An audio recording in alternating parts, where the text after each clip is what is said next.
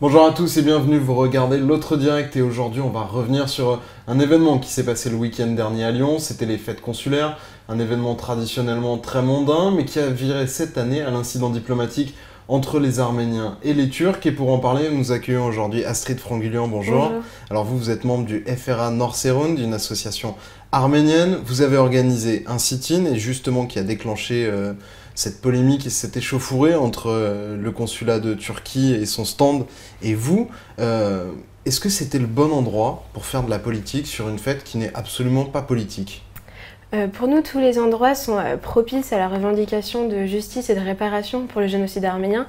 Et étant donné que le consulat turc est une instance politique qui représente l'État turc, qui reste impuni face au crime de génocide qui a été commis il y a 100 ans, pour nous, c'était vraiment légitime de revendiquer librement et directement ces valeurs de justice et de réparation. Quand vous dites qu'ils faisaient de la propagande sur leur stand, c'était quoi ?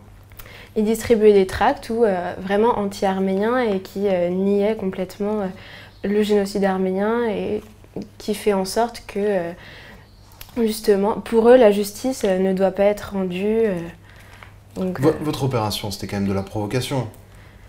C'était un peu le but du jeu. C'était juste un sit-in vraiment pacifique avec des jeunes qui étaient assis, qui criaient des slogans justice, réparation, nos revendications. Et même si c'était peut-être un peu de... C'était un peu con. Il y avait un peu de provocation. Voilà, même si c'était un peu de provocation, c'est rien comparé à ce que l'État turc est en train de faire en ce moment, c'est-à-dire rejeter toute justice, rejeter toute volonté de réparer le crime qui a été commis.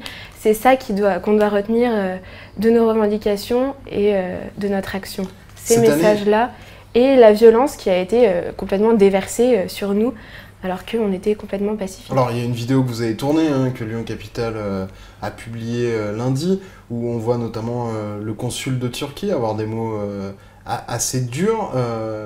Vous l'avez fait pour qu'il réagisse comme ça, ou vous soupçonniez qu'il pouvait s'emporter de la sorte ? Je vous avoue qu'on on n'avait pas trop réfléchi à ce qui pouvait se passer. Nous, on voulait vraiment interpeller l'État turc et leur rappeler nos revendications. Après, ces violences, on a été vraiment surpris du contenu, de la hargne qu'ils ont déversé contre nous. Et vraiment, on est toujours choqués psychologiquement et toujours, on garde des séquelles physiques aussi parce que certains d'entre nous ont été blessés, ont été arrêtés de travail à cause de des violences. Sur les images, on voit une personne qui vous jette un liquide non identifié. C'est pas non plus, c'est pas un lynchage. Presque. On est allé constater les blessures. Une personne de notre groupe s'est fait déboîter l'épaule, a été arrêtée 15 jours, l'est toujours même, et 4 autres personnes aussi. Donc on fait constater leurs blessures et à partir de là, on a pu aller déposer plainte. Oui, ça s'est passé hier. Les Turcs ont aussi déposé plainte pour violence.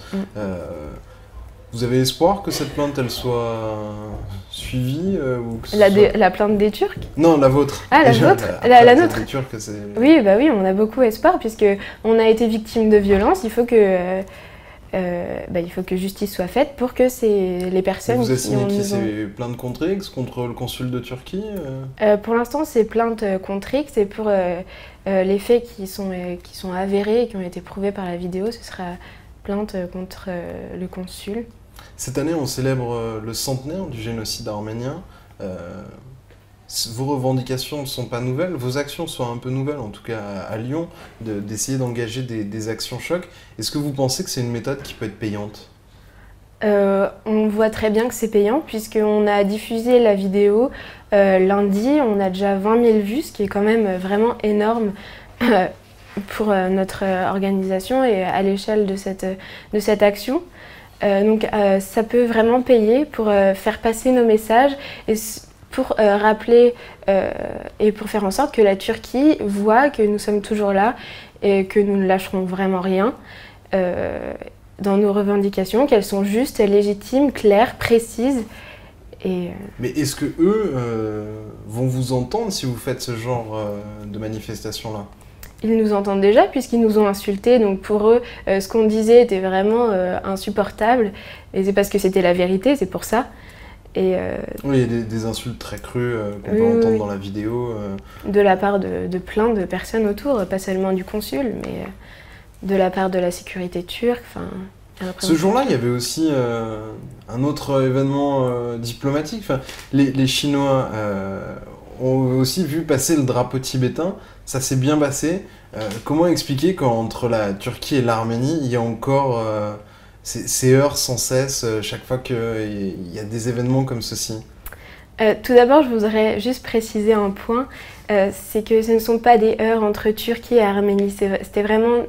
c'est pas un affrontement intercommunautaire entre les Arméniens et les Turcs. C'est vraiment nous, militants arméniens, même oui, parce que vous étiez pas nombreux, vous étiez 6-7 à tout casser.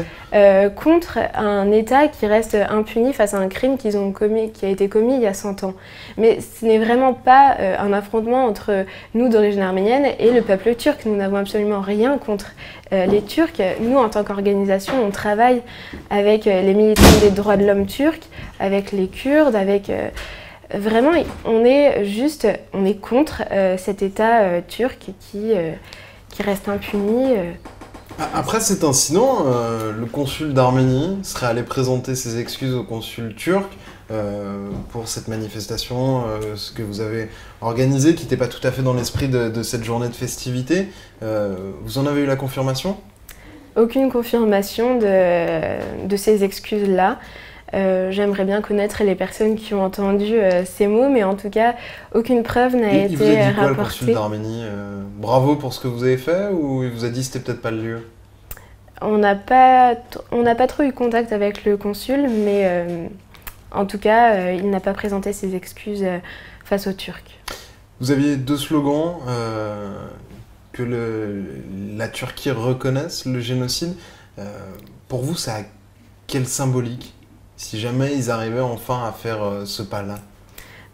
Tout d'abord, nos revendications ne sont pas du tout la reconnaissance du génocide arménien, puisque comme on le sait, en droit international, la reconnaissance ne génère pas du tout la justice, n'a aucune conséquence juridique. Donc pour nous, la reconnaissance du génocide arménien n'a aucune valeur. Nous, Elle a une valeur symbolique. Oui, mais le symbole, ce n'est pas très important pour nous. Nous, ce qu'on veut, c'est vraiment les réparations concrètes du crime qui a été commis, que la Turquie fasse en sorte que elle nous restitue nos biens, nos territoires, que les réparations soient rendues aux Arméniens et que leur dignité soit vraiment réhabilitée, puisque ça fait 100 ans et rien n'a été fait pour l'instant. Ça veut dire qu'on peut assassiner 1 500 000 personnes sans qu'il n'y ait personne de puni, sans qu'il n'y ait aucune justice. C'est insupportable pour nous, et c'est pour ça qu'on a fait cette action, pour rappeler à tout le monde que on ne peut pas laisser cette situation perdurer plus longtemps. C'est insupportable, et en même temps on luttera jusqu'au bout pour que ce crime soit jugé. Vous dites on luttera jusqu'au bout, vous avez déjà en tête d'autres manifestations sur lesquelles vous pourrez faire des happenings comme vous avez fait samedi dernier? Quand on connaît les communautés turques et arméniennes, c'est des communautés importantes à Lyon. Est-ce que vous voulez continuer à organiser des opérations comme celle-ci? Ça, ce sera dans notre stratégie sûrement. Je peux pas vous dire exactement ce que nous allons faire plus tard. Mais pour nous, le plus important, c'est toujours de faire passer le message, de leur rappeler que nous sommes toujours là. Mais ça passera toujours par des actions pacifiques, comme ça s'est passé samedi. Nous n'avons violenté personne. Aucune violence n'a été faite de notre part.